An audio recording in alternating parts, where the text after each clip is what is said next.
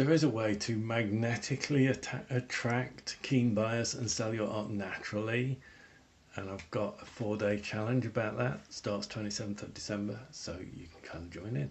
So if you imagine you're a primitive homo sapien and you live without writing and without the sort of language that we would recognize, and you're hanging around in primitive shelters with the extended family, occasionally crossing paths with others. And so whatever you do kind of has to be done in your head. So here's a theory. There is advantage in being able to plan. If you're a dog person, you can sometimes see as a pack animal, they're keen to keep kind of checking where everyone is. So there's a basic concept of meaningful others in animals.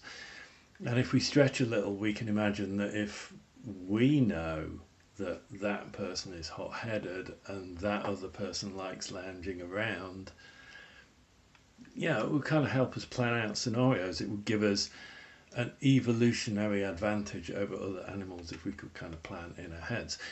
What we would need is a way of attaching a characteristic to someone that's simple enough to keep in our heads but allows us to plan, and that's the beginning of values. So essentially we evolved that capability, and if you take it one step further, the theory goes, and this is where consciousness came from. Our brain evolved this ability to think of others, and so, well, if we're going to have the mechanism, we might as well think of ourselves using the same system, so we got a sense of self. And this is so fundamental and so far back in time that it's part of our subconscious. It's effortless and it's automatic. When you see someone, you make judgments. And we find people who have similar values attractive. We understand them, we get along. Someone with a very different value set will feel unpredictable, stressful, and hard to please. And because it's so intrinsic and natural, I use values as a way to help you market and sell your art.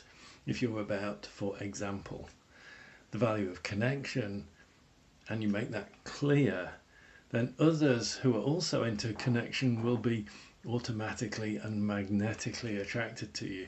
They'll like you. They might even look up to you, which is great if you want to sell your art and build a supportive following. In my free Sell Your Art Challenge Week, I have a tool that I developed myself to help you work out your most important values. Once you get clarity on that, you may experience a great sense of freedom, which is great.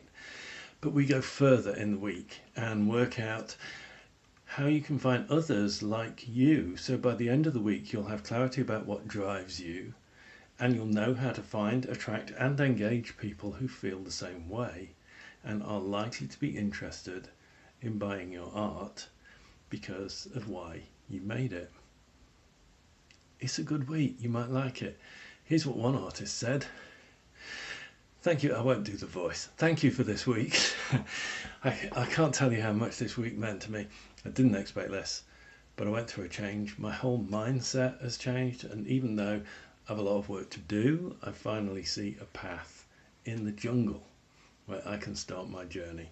Thank you for all the inspiring tasks and videos. I wish all of you all of the success and joy that you're looking for.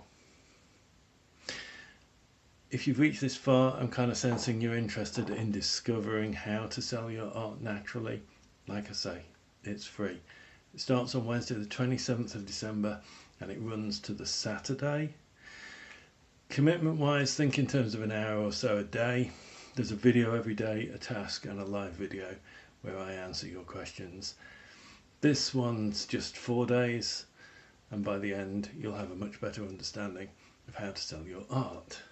And most artists feel thoroughly energized and excited at the end of the challenge week. So be one of them. Go sign up on my website, artistseo.blog, and I'll see you in challenge week. And if it happens that that date has passed and this is still hanging around Tinternet, just join my mailing list.